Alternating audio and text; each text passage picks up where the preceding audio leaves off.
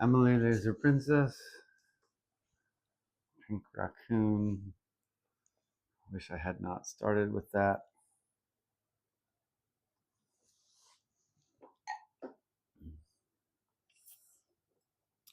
It occurs to me that I'm taking way too long with these. I'm going to try and streamline this and be more, efficient to bring what I'm doing in line with my statements at the beginning of season 6, episode 1, and reflection of how the last 2 seasons of Buffy really feel like less than any thought was put into them.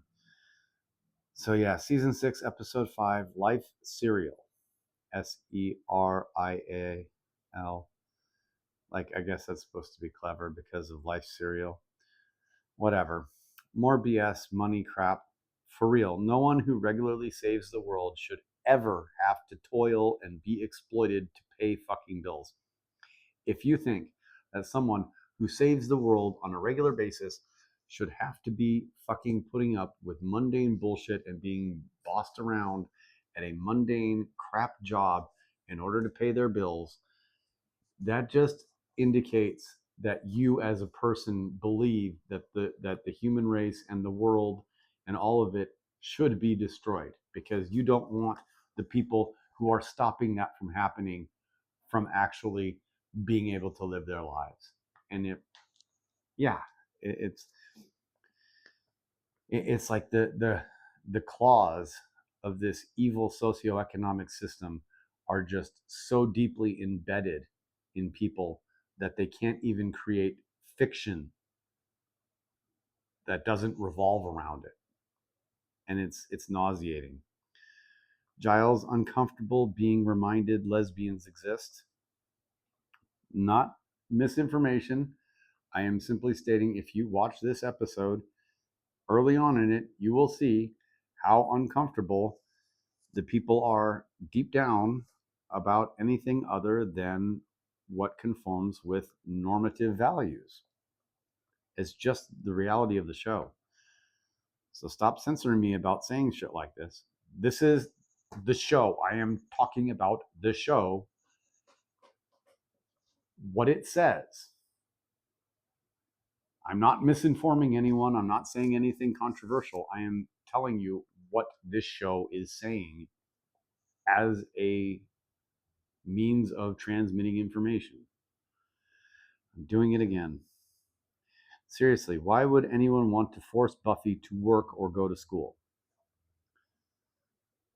This system is like, fuck the world, you must conform to greed as a lifestyle.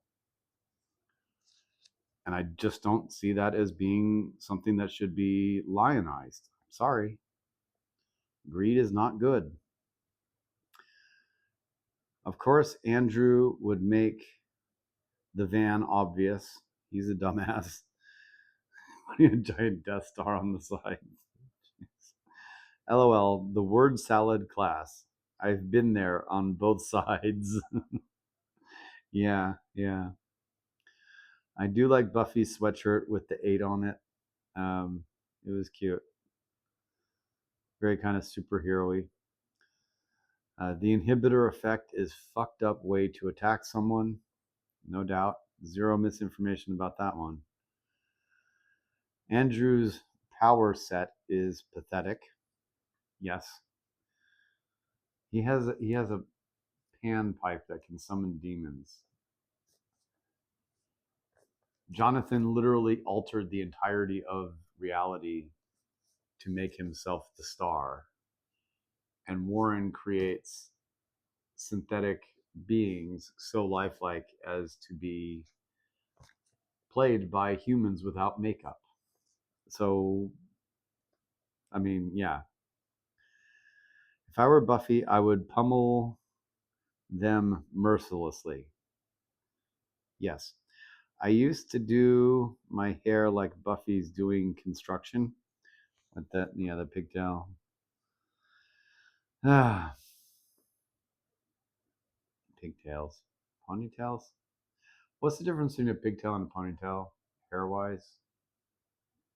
I don't know. Fuck you, Xander. Buffy saves the world. Give her what she needs. Again, I keep repeating this, but seriously, it just comes across as you don't want the world saved because you want the person who can do that to die miserable and poor because they're not being part of this grind mindset. It's not. There's nothing good about that. Oh my fucking god! This whole storyline pisses me off. Stop touching my magic bone. This is a great line. Magic bone. Like, who has a magic bone? Ever seen a magic bone anywhere else in fiction? It's good.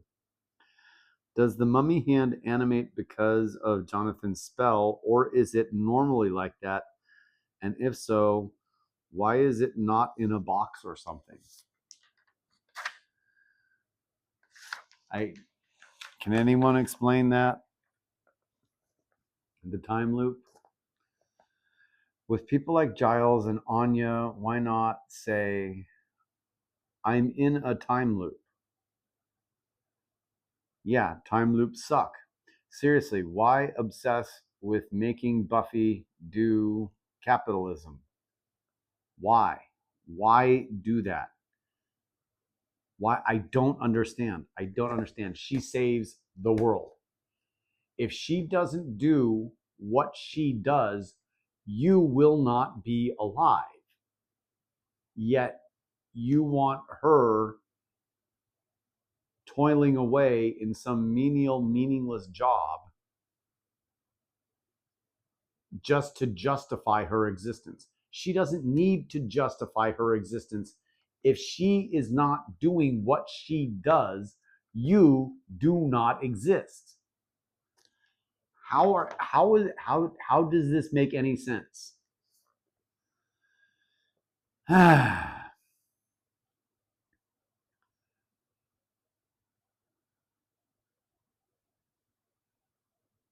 Yeah, saving the world gets you a pass on economic shit.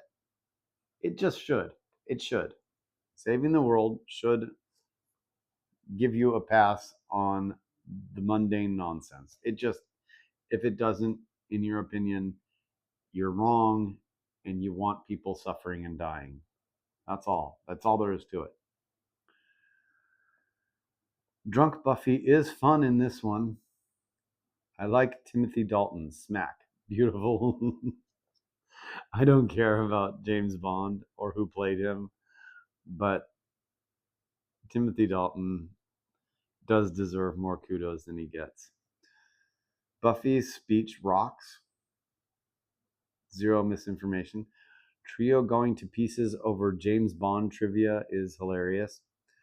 Jonathan's act as a demon is just great. Like,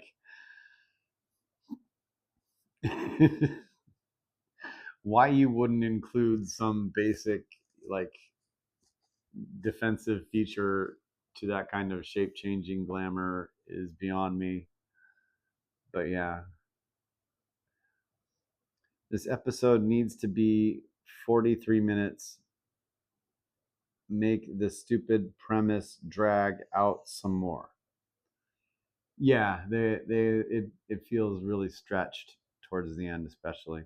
I just know if I got superpowers and became a world saver, all you'd hear about me is she's unemployed and lazy. Yeah. If I got superpowers and there was a comet flying towards Earth and I could fly up and swat it out of the way, I would do it, and then I would get back down here and they would be taking my stuff out of my apartment and throwing it out on the street because I didn't have money for rent. And I would just be sitting there going, that comet hitting the Earth wouldn't affect me. Why did I do that for these people who want me to live on the street and starve? It doesn't make any sense. It really just doesn't make any sense. And I know someone's going to flag this fucking video. They're going to say it's politically incorrect to say that capitalism is bad. But you're talking about people who are saving